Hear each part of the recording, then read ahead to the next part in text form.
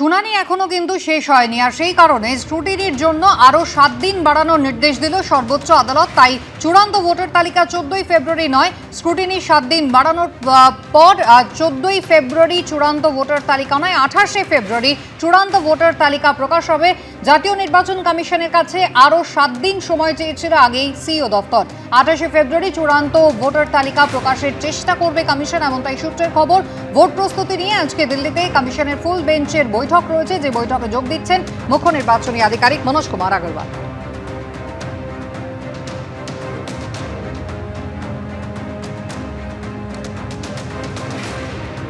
যেভাবে ভোটের যেভাবে চূড়ান্ত তালিকা প্রকাশের দিন পেছোচ্ছে, তাহলে কি 28 তারিখের মধ্যে কোনোভাবে মানে চূড়ান্ত তালিকা প্রকাশের সম্ভব হবে? প্রকাশ করা চূড়ান্ত ভোটার তালিকা কেন সম্ভব হবে না? কেন সম্ভব হবে না? মানে আজকে যেমন বলা হলো যে মাইক্রো অবজারভারদের নিয়োগ করে তাদের 7 দিন একেবারে প্রশিক্ষণ দিয়ে, সেই সময় কি তাহলে শুনানি বন্ধ থাকবে যখন তাদের প্রশিক্ষণ দেওয়া হবে এই সময়কালটা? না, কাজ তো চলছে, আমাদের কাজ তো সব চলছেই। নতুন করে যে মাইক্রো অবজারভারদের নিয়োগ করে তাদেরকে যে প্রশিক্ষণ দেওয়ার কথা নির্দেশ দিল আদালত, মাইক্রো অবজারভার তো হেল্প করবে, আগে তো ওদের ট্রেনিং হবে, তারপরে ওরা হেল্প করবে, কোনো প্রবলেম নেই, কাজ চলবে, ইয়ারও কাজ তো চলবে। বাকি কোথায় আছে শুনানি? খুব বেশি তো বাকি নেই শুনানি। তার মানে 28 তারিখের মধ্যে চূড়ান্ত ভোটার তালিকা প্রকাশ করা সম্ভব হবে? হ্যাঁ, সম্পূর্ণ চেষ্টা আছে। বিভিন্ন জেলা নির্বাচনী আধিকারিকরা তারা আবেদন জানিয়েছিলেন সিইওর কাছে, যাতে শুনানির সময় আরও কিছুদিন বাড়ানো হয়। সিইও সেই আবেদন করেছিলেন ইসিআই এর কাছে, আর সর্বোচ্চ আদালত জানিয়ে দিল যে স্ক্রুটিনির দিন আরও 7 দিন বাড়ানো হচ্ছে। তাই 14ই ফেব্রুয়ারি নয়, 28শে ফেব্রুয়ারি পাওয়া যাবে চূড়ান্ত ভোটার তালিকা। এ নিয়ে কি বলছে বিজেপি, পাল্টা কি বলছে শাসক দল? সময় বাড়াতে হচ্ছে এই কারণেই, কারণ তৃণমূল কংগ্রেস তাদের প্রশাসনকে ব্যবহার করে সরকারি সমস্ত শক্তিকে লাগিয়ে দিয়ে তারা এই প্রক্রিয়াকে বানচাল করবার জন্য চেষ্টা চালিয়ে গেছে। সেটাই আজকে সুপ্রিম কোর্টের রায়ের মধ্যে স্পষ্ট হয়ে গিয়েছে। প্রথমেই বলেছিলাম এই সময় সীমায় হয় না, মুখ্যমন্ত্রী বারবার বলেছিলেন। তো এই যে সময় বাড়ানো, তাতে তো এটাই মান্যতা পাচ্ছে জোর করে বিজেপির কথায়, যেটা নির্বাচন কমিশন চাপিয়ে দিয়েছিলেন ওই সময়টা যথেষ্ট নয়। এবার আপনাদের শোনাবো ঘণ্টাখানেক সঙ্গে সমান অনুষ্ঠানে এসে আইনজীবী জয়ন্ত নারায়ণ চট্টোপাধ্যায়ের মন্তব্য, রাজ্য নির্বাচন কমিশন উভয়ের বক্তব্যেই মান্যতা থাকলো, মাইক্রো অবজারভারদের আর কোনো গুরুত্ব থাকলো না। রাজ্য সরকার যে 8,500 অফিসারের তালিকা দিয়েছে, আগে দিলে সেটা সুষ্ঠুভাবে সমাধান হতো। রাজ্য এবং নির্বাচন কমিশন উভয়ের বক্তব্যেই মান্যতা থাকলো। অনেকটা তুমি বলতে পারো একটা রিকনসিলিয়েশন টাইপের, উভয়ই খুশি, কেউ হারলো না, কেউ জিতলো না। মাইক্রো অবজারভারদের আর কোনো গুরুত্ব থাকলো না। ইয়ারও তারাই সিদ্ধান্ত নেবার ক্ষেত্রে চূড়ান্ত অধিকারী থাকলেন, এই দাবিতেই কিন্তু মাননীয় মুখ্যমন্ত্রী সুপ্রিম কোর্টে গিয়েছিলেন। এটা মেনে নিতেই হবে। পাশাপাশি লজিক্যাল ডিসক্রিপেন্সি নিয়েও একটা কথা উঠেছিল। উনি বলেছিলেন লজিক্যাল ডিসক্রিপেন্সি নোটিশ চূড়ান্ত অবৈজ্ঞানিক। উল্টো দিকে আর একটা গুরুত্বপূর্ণ কথা এলো যে নির্বাচন কমিশনের আইনজীবী বলছেন পাঁচবার আমরা চিঠি দিয়েছি রাজ্য সরকারের কাছে যে আপনারা কর্মী দিন, এবং গ্রুপ বি মানে উচ্চ পদস্থ অফিসারদের দিন, যারা এই ধরনের সমস্যার সমাধান করতে পারবেন। অঙ্গনওয়াড়ি কর্মী দিয়ে এই সমস্যার সমাধান করা সম্ভব নয় একদম। এবং আজকে এ প্রসঙ্গ উঠে এলো যে রাজ্য চাইলে এই তালিকা 8,500 জনের তালিকা গেছে, তুমি নিজেও দেখালে, রাজ্য চাইলে এটা আগেই দিতে পারত এবং আগে দিলে সুষ্ঠুভাবে সমাধান করা যেত। আরও একটা কথা আমাকে বলতে হবে, যেভাবে গন্ডগোল তৈরি হয়েছে, আমি নিজে মনে করি কোথাও কোথাও গন্ডগোলটা তৈরি করা হয়েছে, কারণ একটি রাজনৈতিক দল তারা হয়তো চাইছিলেন না যে এসআইআরটা হোক। 3 সপ্তাহ আগে সুপ্রিম কোর্টকে নির্দেশ দেওয়ার কোনো দরকারই ছিল না, কারণ সংবিধান অনুসারে law and order state subject এবং সেটা মেনটেন করার দায়িত্ব পুলিশের, এবং ডিজি পুলিশের সর্বোচ্চ পদাধিকারী। অতএব সুপ্রিম কোর্ট যে নির্দেশটা দিয়েছিল সেটা দেওয়ারই দরকার ছিল না, ডিজিপির আগে করা উচিত ছিল। অর্থাৎ রুটিন কাজ, আপনি বলছেন রুটিন কাজটাই করা হয়নি।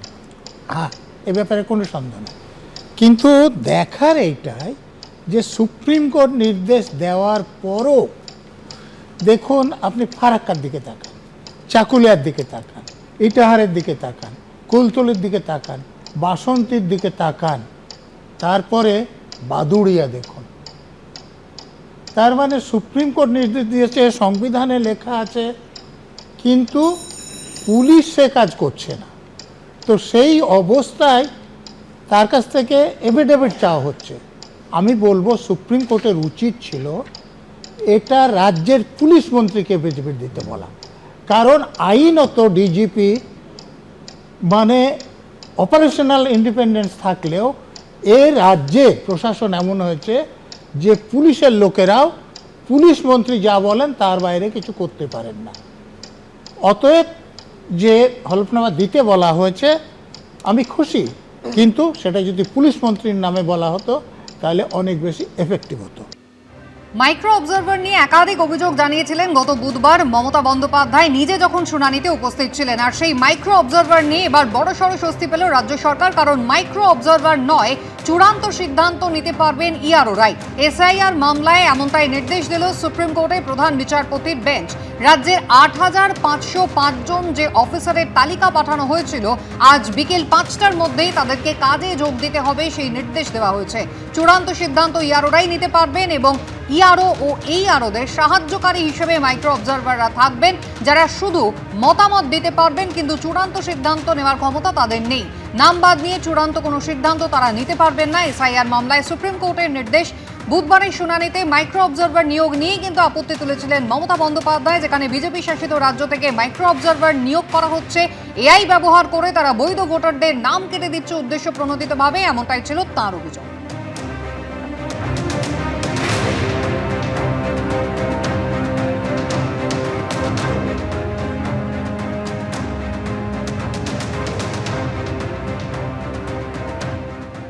মাইক্রো অবজারভারদের তার যে পাওয়ার এবং ফাংশন ইলেকশন কমিশন বলেছে, কার্যত এরা ওয়াচারের ভূমিকা নিয়েছেন, কিন্তু আমাদের আরপি অ্যাক্ট অনুযায়ী নাম তোলা বা খারিজ করার কমপ্লিট পাওয়ার ইআরওদের হাতে।